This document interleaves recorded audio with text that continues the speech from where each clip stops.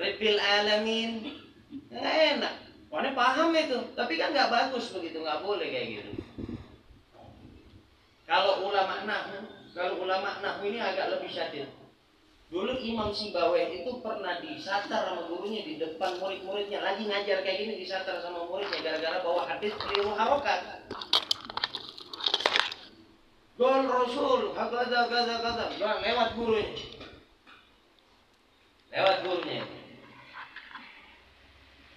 Enggak, gurunya ente ngajar apa sih Baweh?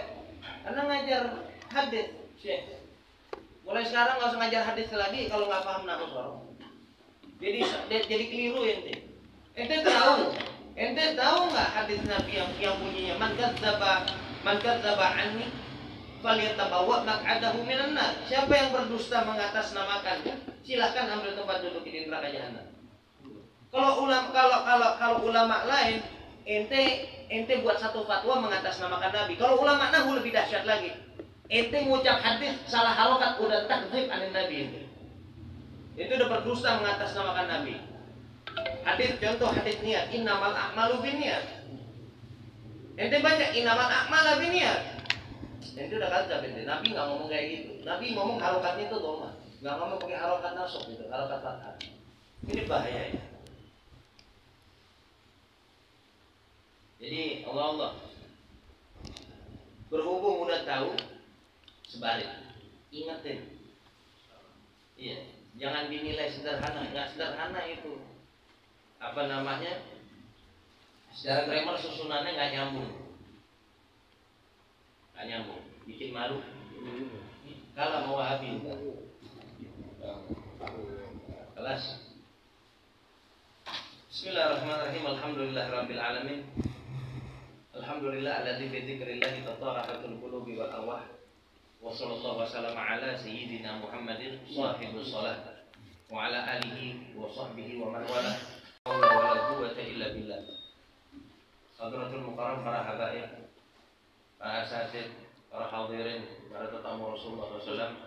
Alhamdulillah Allah sampaikan umur kita di bulan yang mulia, di bulan yang sebelumnya nggak ada kemuliaan, tapi dengan lahirnya hamba yang paling mulia, yang kalau bukan karena beliau Allah nggak ciptakan alam jagat raya, maka menjadi mulia.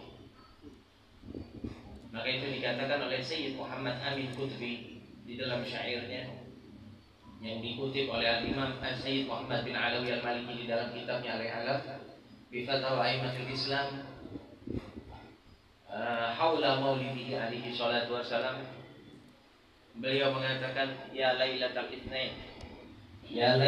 Itsnain madza safahat yumnaki min syarafin asyamma wa min ghina. Berkata Sayyid Muhammad Amin Qutbi, ya Lailatul Itsnain madza safahat, wahai malam Senin, siapa gerangan yang telah menyapamu? Ini sebenarnya syair ini disusun oleh Sayyid Muhammad Amin Qutbi untuk menjelaskan kepada kita sekalian, pertanyaan-pertanyaan yang bunyinya, kenapa Nabi enggak dilahirkan di bulan Ramadan? Kenapa Nabi enggak dilahirkan di bulan Muharram? Kenapa Nabi enggak dilahirkan di bulan-bulan agung dalam Islam? Maka terjawab, andaikan Nabi lahir di dalam bulan-bulan mulia tersebut, nanti ada tuduhan atau fitnahan keji yang lainnya, sehingga fitnahan tersebut membuahkan sebuah bunyi yang akan terdengar. Nabi mendapatkan kemuliaan sebab bulan tersebut, sebab waktu atau zaman tersebut. Ini fitnahan keji buat Nabi. Maka itu Nabi dilahirkan di bulan yang biasa saja, dan di hari pun bukan di hari yang mulia seperti hari Jumat, di hari Senin. Agar apa? Agar bulan dan hari tersebut menjadi hari dan bulan yang mulia, menjadi zaman yang mulia, menjadi waktu yang mulia. Maka itu dikatakan oleh Sayyid Muhammad Amin Qutbi di dalam syairnya, ya Lailatul Itsnain madza safahat, wahai malam Senin, siapa gerangan yang telah menyapamu? Yumnaki min syarafin asyamma wa min ghina. Betapa indahnya, alangkah indahnya engkau memiliki keindahan wahai malam Senin. Min syarafin asyamma wa min ghina, sehingga tercium dari dalam sisi kamu wahai malam Senin wewangian kemuliaan dan keindahan dan kesempurnaan. Siapa yang telah menyapa malam Senin? Rasulullah.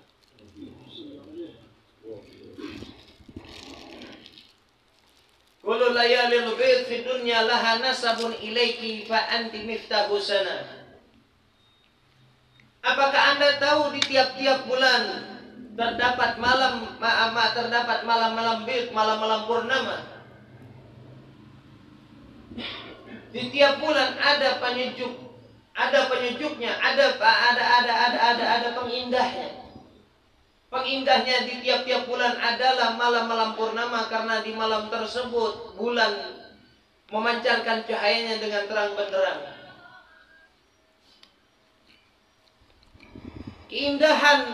Keindahan malam-malam tersebut itu semua bermuara ternisbatkan kepada keindahan kamu wahai malam Senin. Kalau bukan karena keindahan kamu, enggak bakal ada malam-malam purnama. Fal qadru wal a'yad wal mi'raj, maka sesungguhnya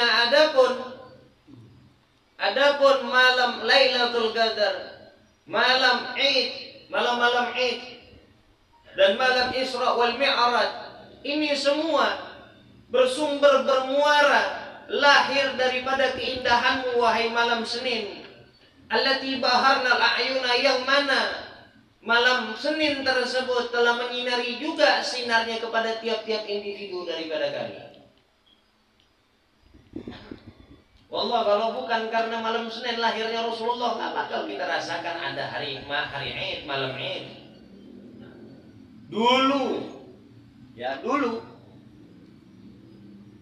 Dulu dan sampai sekarang orang ini nggak henti-hentinya mempermasalahkan, memproblemkan urusan perayaan Maulid. Perayaan Maulid.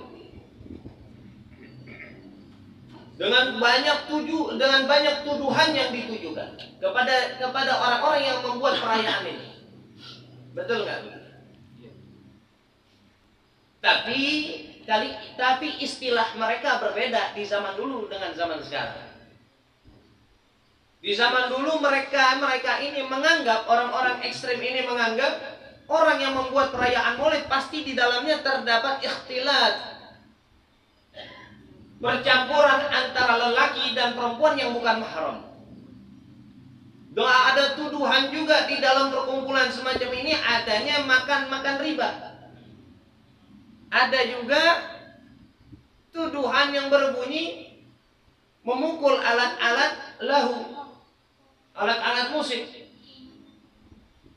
minum khamr dan lain-lain sebagainya. Tuduhan tersebut yang mereka utarakan kepada kita tidak berdasarkan, gak memiliki dasaran dan landasan. Maka itu dijawab oleh ulama kita sebelumnya.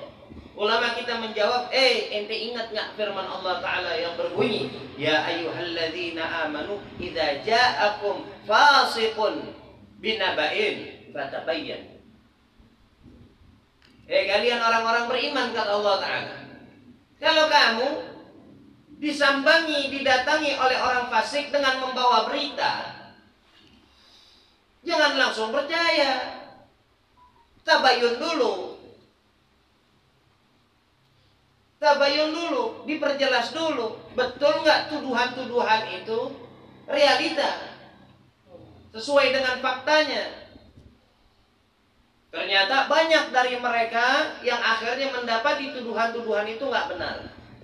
Tapi wallah, problematika urusan Maulid nggak pernah selamat dari perdebatan dari zaman dulu sampai zaman sekarang dan zaman yang akan datang. Masih nggak henti-hentinya dipermasalahkan. Apalagi sekarang, Maulid ada yang ngerayain Maulid ini. Perayaan Maulid ini bagian dari bid'ah apa sunnah? Jawab. Perayaan Maulid pada dasarnya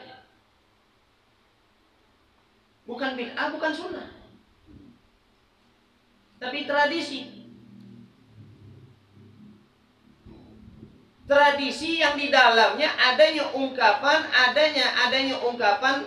rasa syukur kita, bahagia kita dengan Allah lahirkan manusia yang paling agung ini. Kalau bahasa gampangnya, bahasa Betawinya tasyakuran kita. Kita tasyakuran, membuat suatu ungkapan rasa syukur kita kepada Allah Ta'ala. Karena yang pertama, udah melahirkan beliau, mewujudkan beliau. Dari yang sebelumnya nggak nampak, jadi nampak. Yang kedua, tanpa kita minta ke Allah Ta'ala, ternyata Allah jadiin kita bagian dari umatnya beliau. Pernah ngerasa munajat sama Allah Ta'ala jadi umat beliau? Nggak pernah. Tapi Allah, tanpa kita minta, tanpa kita munajat kepada beliau, Allah Ta'ala jadikan kita umatnya beliau. Kita syukurin. Kenapa kita syukurin? Karena wallahi, di saat kita dijadikan umatnya beliau, ini kita dikasih label sama Allah khairul ummam, sebaik-baiknya umat. Kita nggak pernah merasa itu, kita nggak pernah rasakan, nggak pernah merasa kita munajat sama Allah untuk dijadikan masuk ke dalam golongan sebaik-baiknya umat ini.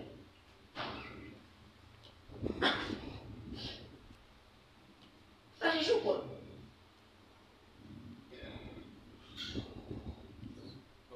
Dikatakan sama Sayyid Muhammad bin Alawi al-Maliki, "Na'am, maulid ini bisa jadi bid'ah. Kalau andaikan ente merayakan maulid cuman di dalam waktu-waktu tertentu saja. Ente menganggap perayaan maulid adanya cuma di bulan maulid toh. Ini jadi bid'ah. Karena kenapa?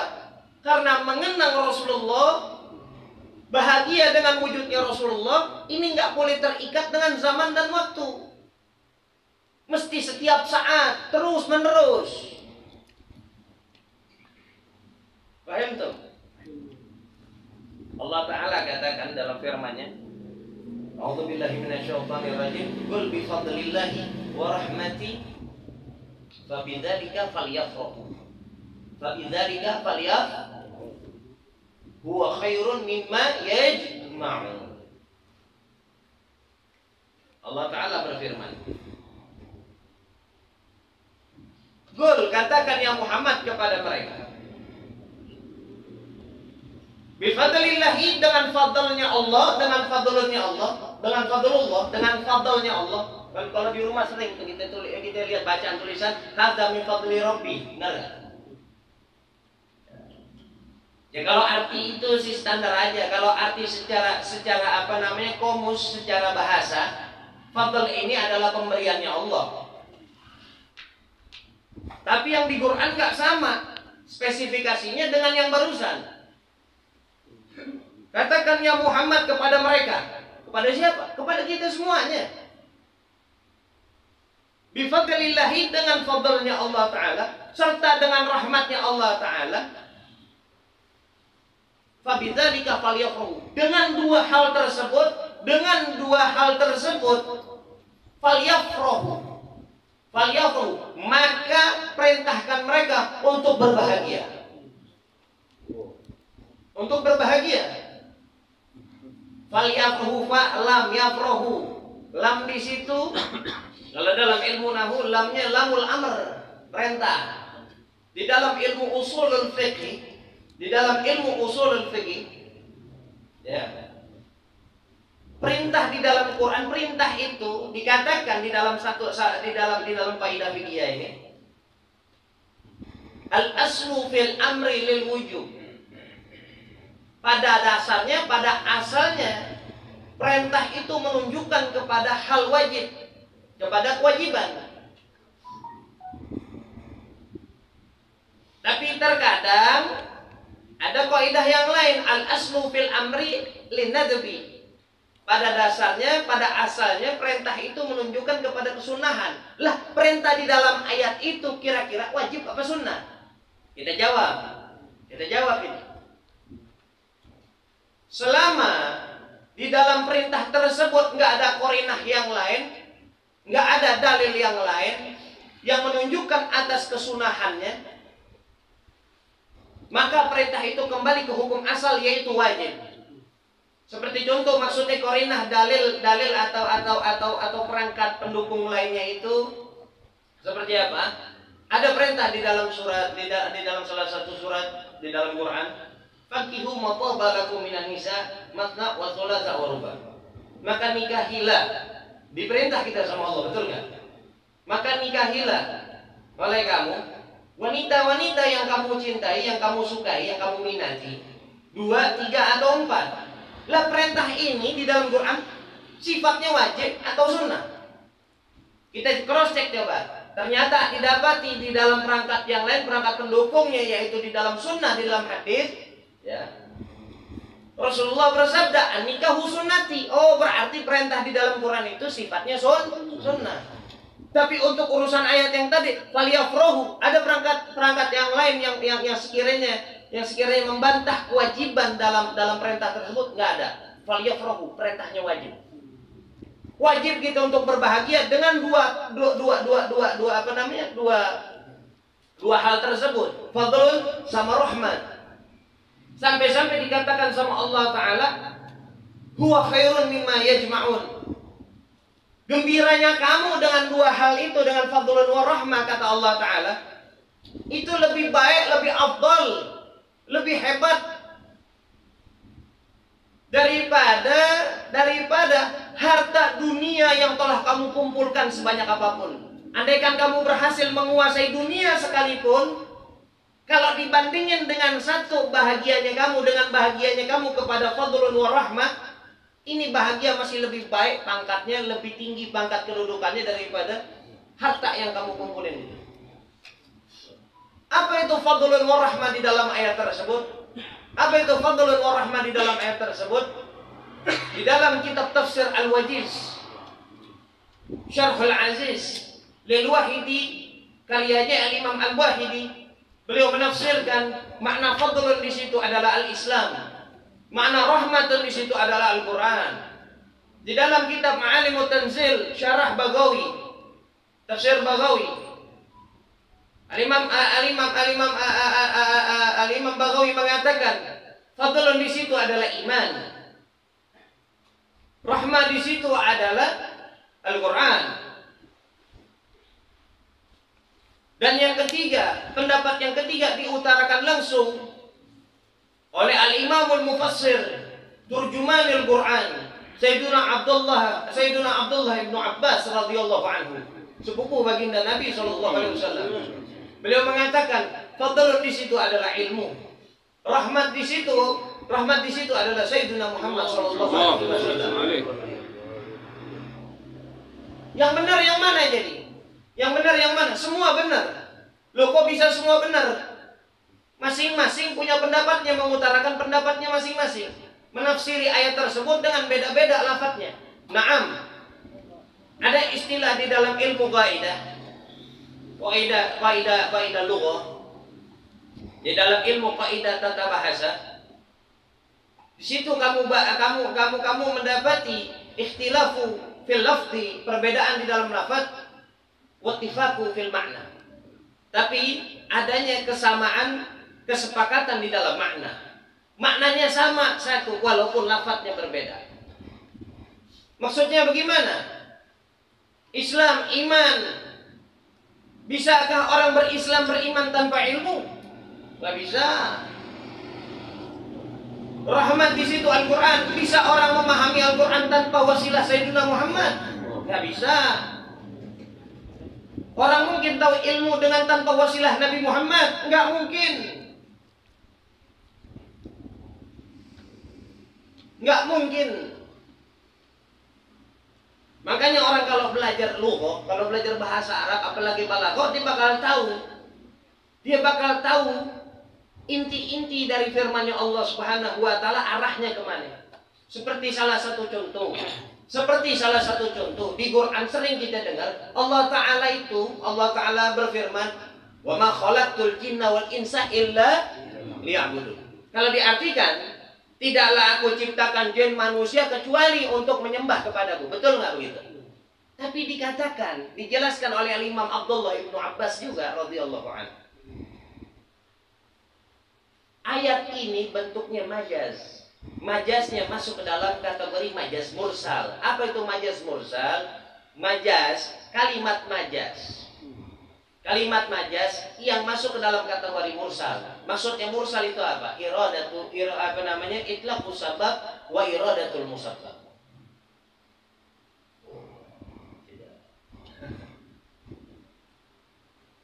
Memutlakkan sabab di dalam ayat tersebut, memutlakkan sabab, tapi yang dituju sama Allah musababnya. Sabab Allah ciptain manusia, jin dan semuanya untuk apa tadi? Untuk beribadah kepada Allah. Tapi yang Allah mau, yang Allah maksud adalah ente orang tahu sama musababnya. Siapa musabab yang menjadikan kita dapat beribadah kepada Allah dan kepada Allah? Siapa? Rasulullah.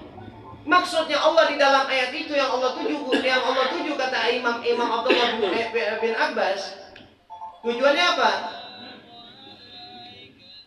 Kita diminta sama Allah Ta'ala untuk mengenal kepada Rasulullah. Tujuannya Allah mengenalin kita kepada Rasulullah. Ente dituntut ibadah sama Allah. Nggak mungkin ente bisa ibadah sama Allah Ta'ala tanpa Rasulullah. Kalau kita lihat, kaji lagi ayat yang tadi, falyafrahu fabidzalika falyafrahu qul bi fadlillahi wa rahmati. Kita harus bahagia dengan fadlunnya Allah, dengan rahmatnya Allah Ta'ala. Kita tahu fadlun wa rahmah kalau bukan dari Nabi, lewat siapa?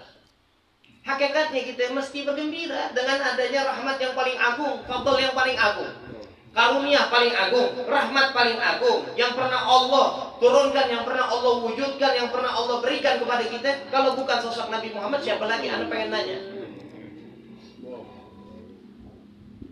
Kalau bukan beliau Sallallahu Alaihi Wasallam, siapa lagi?